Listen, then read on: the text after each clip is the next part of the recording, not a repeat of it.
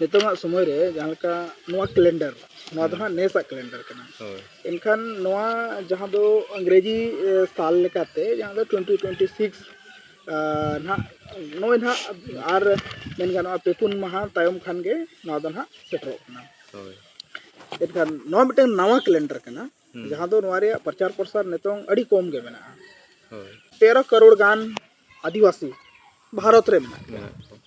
इनखान नितोंग जहाँ नोआ कैलेंडर करना नोआ कैलेंडर अड़ीगान होड़ बाको बडाया अच्छा जहाँ होड़ को बडाय खान चेत करना बांग करना नोआ इदी करते प्रचार प्रसार लगती करना से बांग करना नितोंग समय रे जहाँ माने नेलोगो करना जे जहाँ तिना के पाराब हुयु से पाराब हुईना दिन ना लेखा को एमान को हिंदी लेकाते आकोआ लेकाते मेना ओना हिसाब ते अब संतार को दो अड़ी माने कॉमन बडाया अब संतार को लेखा दो खान जहाँ लगा अब पाराब को दिन को मेना महा को मेना ओना को माने अड़ी कम होड़ बन बडाय कन माने मेन गानो जे नितोंग जहाँ लगा आसड़ा को अब बो पढ़ावे को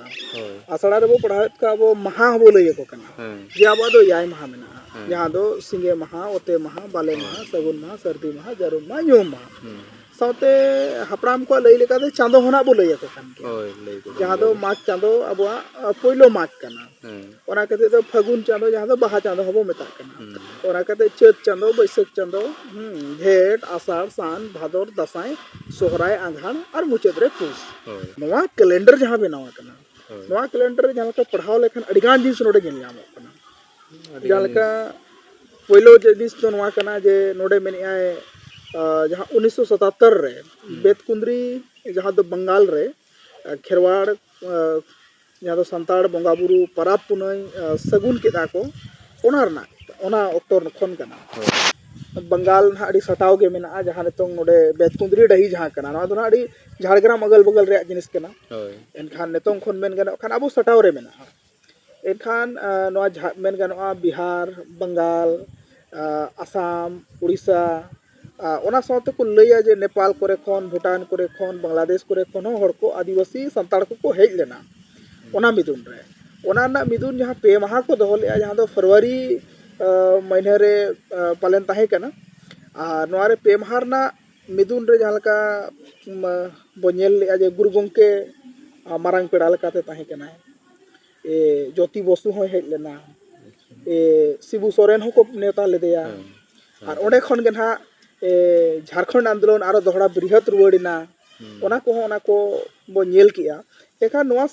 सरना कैलेंडर ना ᱧᱩᱛᱩᱢ जहाँ मेना सरना कैलेंडर खाना सरना कैलेंडर ना मतलब दो मेन हुयुग कना जे आदिवासी कैलेंडर नेतो मा अब जहाँ तना गे हर को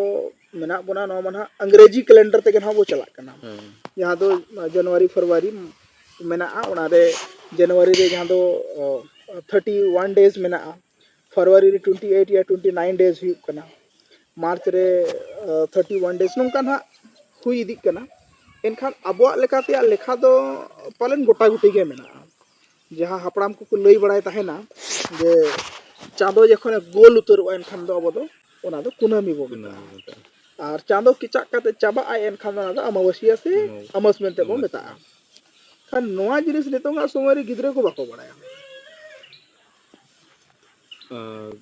तो गंके नोआ रे जहाँ ना कैलेंडर हिसाब से नोआ जहाँ लेका नोआ रे जनवरी खन एहोब कना तो आबो दो जहाँ लेका बन लिखाए जे आबो दो माघ बन मेता कना छे एखान माघ ना नोआ कैलेंडर लेकाते 30 खन आबो शुरू कना नोआ कैलेंडर लेकाते माघ जहाँ लेका नितो जनवरी ना लेका लेखा लेका जदी बो मेन खान दो 19 तारीख खन स्टार्ट हो कना जहाँ दो 19 जनवरी अब माघ चांदो मिदिन को लेखा हो कना अंग्रेजी कैलेंडर लेकाते अच्छा 19 तारीख खन नोडे मिद बन लेखाए मिद बार पे पुन मोड़े कते खान नोआ कैलेंडर रे santar ko jahang parab punai ko ho mena'a mane noda re iye ka ko ona ko mena'a ar barti kate katha na abwa sawtar na jaha mena'a calendar nongka haram ko hapram ko lay tahena jahai lo amasoi ona dosar lo do mena ko chando do bai nyeloa enkan chando bai nyeloa enkan unku do ko mena ona do dangri kada ko nyel koa mane जीव जियली को ko nyel nyam dareya ya ar ona dosar lo kon manmi bo nyel nyam ya enkan jabo bo mena banga nawa chando mulu ina और उन खन गे लेखा एहबते माग रे मोड़े माह रे आबुआ माग मोड़े मेनते और बखान माग बोंगा बो बोंगा जहाँ दो ना माग बोंगा कते गे बुरु हरा को आड़ागोआ अच्छा नोआ रे और मिटन नोंकाना हो जिनिस मेना जलका नितों हापड़ाम को पहिल जहाँ को अगुलिया किचा चंदो रे जहाँ लका बाको बाबला सगुना कमी नेतार हो मेना गया मेनखान दिकु को अलका तको चला कान खान को बपला कना अडिगान बो नेल के को दिसंबर हो को बपलायना नवंबर हो हुईना एनखान जहां हपराम को अलका ते किचा चंदो मेन दो जहां कुनमी खन तायम ओना दिन को सगुन ना बाको कमिया जहां लका बंदी बाको बोगज तहेना जहां लका बापला बाको बपला कान तहेना अच्छा ओना कते किचा चंदो रे गिरो बाको तोले तहेना माने उनका ना आयमा जिनिस नो हो आंजम कना जे किचा चंदो रे बाहा चियो हो को हो बाय किचा चंदो रे बाहा चियो माने बाको सार सगुन बाहा सार सगुन बाय हुआ किचा चंदो रे तो नोंका ना जिनिस मेना एनखान नेतोंग आबोरिन पठुए को से दिसोम रिन होड़ को नोआ बुझो दरकार अच्छा आबो कैलेंडर नेतोंग धरि तबो नेला एनखान आबो व्यवस्था जोना माझी परगना कना kan माझी परगना को कैलेंडर बाको उछन का नेतोंग धरि अच्छा गुरु गोंके जहां कैलेंडर उछन का ओना कैलेंडर जतो माझी उड़ा रहो बनो अच्छा जहां तना होड़ बुद्धिजीवी हुईना बो जहां का आबो हबो ऑल पढ़ावेना कन आबोआ उड़ा करे नोआ कैलेंडर दो दरकार एकदम दो दरकार और आबो रिन गिदरे को से पठुए को से ऑल पढ़ा कना को उनको को हो एम दरकार और ओना कैलेंडर लेकाते आबो बो चलाव लेन खान आबोआ जहां लेखा जोखा से नेल मा दिकु को दो को चिकाया से दिकु को दो बार चांदो रिन मिटन चांदो को मिसाइया मेनदो चांदो मुलु एना ओडे खन कुनमी धरि और कुनमी खन जहां किचागो कना कारण दिकु को कैलेंडर रे तो बारिया को मिठेनिया माने उनते मेन गानोआ माग रेना आधा और नते पुस रिया आधा गोटा गुटी कते मिट चांदा को लेखाय कना माग चांदा नि को लेखाय कना एनखान नोंका जदी हुयुआ एनखान दो सरीगे ओना बपला को जहां हुयुआ से सगुन कमी को एनखान आबो तो एटागो गया आबो तो एटागो गया एनखान जहां लका अडिगान होड़ को मेना पांजी बो नेला पांजी मीन्स दो चेत कना बांग्ला तो को मेता पांजी इंग्लिश तो को मेता कैलेंडर अब तना बो मेन सरना गोडेत से सरना गिरे बखान जहां बो मेना जे गोडेत को तो दिसोम रे खबर को पसनावा वादना खबर रे पसनावे ते सरना गोडेत सरना कैलेंडर सरना महामहित ना बोले खाएया नोआ को दो हुनंग गोटा दिसोम रिन होड़ को बड़ाई दरकारा पढ़ाव दरकारा नेल दरकारा नोआ लेखा जोखा रे तड़ाम दरकारा एनखान आबो मिदो आ बखान दो मिदो दो कई अड़ी मुश्किल होआ सरना कैलेंडर एनांगे आबो मिद दाड़ेया ना पूरा भारत रे पसना दरकार कना अच्छा उनका नोआ जहां लेका कैलेंडर रे जहां लेका नोआ पूरा ठोका मेना जे नो नेल बिन नोडे ना मा नामुलुगो कना नोडे नोडे एहबो कना खान नोडे मुलुग मोड़े अमी मेना एखान माग बोंगा मेना नोडे माग बोंगा कना एखान नो ना माग मुलुग मोड़े अमी रे माग बोंगा दरकार कना एकदम एखान नो नोआ दिन हिलो आबो संताल को माने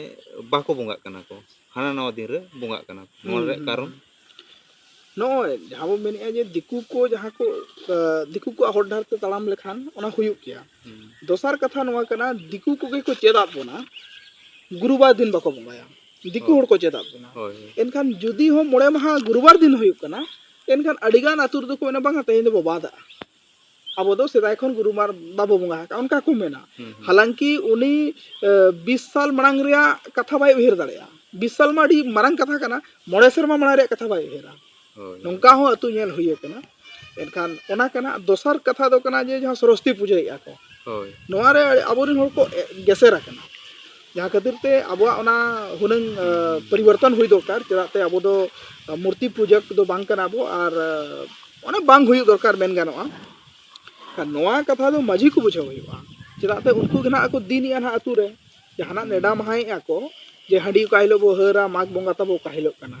एनखा ओना दो माझी कोठे नोआ कैलेंडर तहन खान दो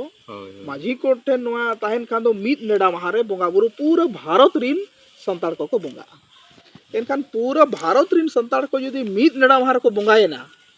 मीत नेडा महारे माघ बंगा हुईना एनखान भारत सरकार नेल न्यामा एनखान जहाँ तना पनत सरकार मेना को से स्टेट सरकार मेना को नुकु को नेल न्यामा एनखान आदिवासी को से अब संताड़ को जहाँ चांदो पीछे जहाँ बोंगा मेना ओना रहो छुट्टी बो न्यामा ओना रहो छुट्टी बो न्यामा एनखान तेहेन छुट्टी बांग न्याम रे रीजन गे नोआ कना जहाँ लगा तो जन्म झारखंड से बाहर ना छुट्टी एम बाहर ना छुट्टी ओना लगी एम किया जे अधिकतर जगह रे 95 एरिया रे 95% एरिया रे नेल्यामो कना जे बाहा मीत ते को बोंगाया एनखान सरकार नजर रे हेजना उनका गे अब माघ बोंगा हुईना बाहा बोंगा हुईना एरोब बोंगा हुईना जानताड़ बोंगा हुईना जोतो बोंगा गे सरकार मान्यता एमा और एमोते बद्धो आए मेनखान आबो गे बाबू पांजा गाना का दो कैलेंडर गोके नोआ नोआ हो मिट बडाय कना जहां लेका नो कैलेंडर बाबो नोआ आबो कैलेंडर बाबो नेलेते आबो दो बाबन बडाय दाड़े कना जे आबो माने शर्मा रे पुलु दिन दो ओका हिलो कना होय बाबू बडाय कना बाबन बडाय कना जहां लेका नोआ नोआ ना 2024 ना 25 चाबा लगे एखान जिते हम बडाय जे निया हिलो ना फर्स्ट चाबा कना दोसर हिलो ना 1 जनवरी हिजु कना आबो बाबू बडाय तो ओना हिलो तो हड़ को पूरा रस्के नवा शर्मा सेटर ना हैप्पी न्यू ईयर मनाव एको आबो नया साल सेलिब्रेट उनरगे हुआ जहां तिस आबोरिन हड़ को ठिका दाड़ेया यात्रे आबोरिन हड़ को ठिका दाड़ेया जे निया रे दो निया शर्मा चाबा कना आर नवा रे दो ना निया हिलो खन दो आबो चांदो दो माने नवा शर्मा रे नवा माहा नवा चांदो एहबो कना जब तक नवा कैलेंडर बाबो पंजाया तब तक दो आबोरिन हड़ ना बाबो ठिका दाड़ेया ओना खातिर ते दिकु रे बढ़ती मेसा ना रीजन जोना कना अब संगत दिकुइना एजुकेशन दिकु अब नाम किया पूरा माहौल दिकु अब नाम किया पारा पुनई दिकु अब पंजा किया तेन जहां लका क्रिसमस कना बाजार रे जहां तने गे मेना गोटाय क्रिसमस को मनावया आबोरिन हड़ को नेल कते को चेदोक कना आबोरिन गिद्रे जहां बाय बडाया सोहराय चे लकाना बाहा चे लकाना एरोब बोंगा चे लका हुआ उनी होने तो क्रिसमस रे चलाए एनखान नोआ को दो सरीगे समाज रे मेन लखान दो अडिगान जिनिस कान गया और ओना हुयु गया चलाते नोआ गे मिटंग मेन गानवा ये कना दिन कना से माने दिसोम रे नोआ हुई अगु कना एनखान नोआ उनरगे परिवर्तन हुआ जहां लो समाज रे नोआ को बुझेवा ओल पढ़ाव ते को मांगवा एनखान गे आबो ना को दाड़ेया।